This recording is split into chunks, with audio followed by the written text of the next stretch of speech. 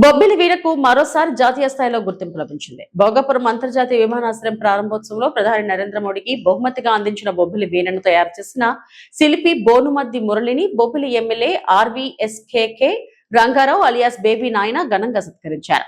బాడంగి మండలం వాడాడ గ్రామానికి చెందిన మురళి ఏకండి పనస కలపతో ఈ వీణను రూపొందించారు. బొబ్బిలి కోటలో జరిగిన సన్మాన కార్యక్రమంలో బాడంగి మండల పెద్దలు, టీడీపీ నాయకులు పాల్గొన్నారు.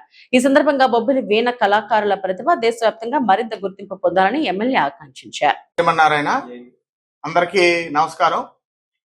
ఇవాళ మన బాడంగి మండలం వాడాడ గ్రామానికి చెందినటువంటి వీణ కళాకారుడు ఏ వేనైతే ఏకండి వేనైతే మొన్న భోగాపురం విమానాశ్రయం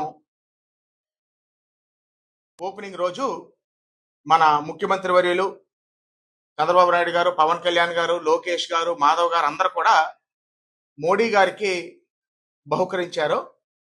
ఆ ఏకండి వేణని తయారు చేసినటువంటి బాడంగ మండలం వాడాడ గ్రామానికి చెందినటువంటి బోనుమద్ది మురళిని ఇవాళ కోటలోకి పిలిచి మరి గ్రామ పెద్దలు, అదేవిధంగా మన గొల్లపల్లి వీణల కేంద్రం యొక్క పెద్దలు ఆధ్వర్యంలో ఇవాళ సత్కరించుకోవడం జరిగింది.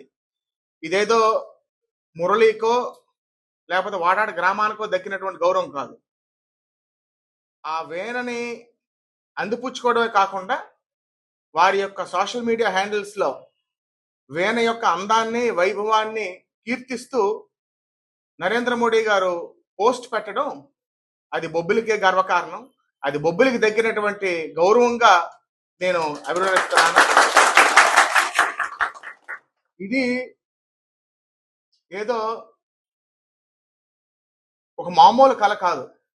కొన్ని వందల సంవత్సరాలుగా ఆ రోజుల్లో ముసినాడు చెన్నయ్య గారు వేసినటువంటి బీజాన్ని ఈ రోజుకు కూడా వాడాడ గ్రామంలో అవనివ్వండి, అదేవిధంగా బొబ్బిలి మన గొల్లపల్లి వీణల కేంద్రంలో మన సరస్వతి కుటుంబస్తులు అవనివ్వండి, వాళ్ళందరూ కూడా ఇవాళ ఆ కళని జీవనోపాధి కన్నా ఒక కీర్తికి, ఈ ప్రాంత కీర్తికి, ఆ కుటుంబానికి వాళ్ళు అన్ని వందల సంవత్సరాల నుంచి వాళ్ళు పెద్దలు వేసిన బీజాన్ని ఈ రోజు కూడా కొనసాగిస్తూ అది ఒక ప్యాషన్తో చేస్తున్నారు తప్ప ఏదో ధనం ఆర్జించడానికి కాదని నేను సగర్వంగా చెప్పుకుంటున్నాను.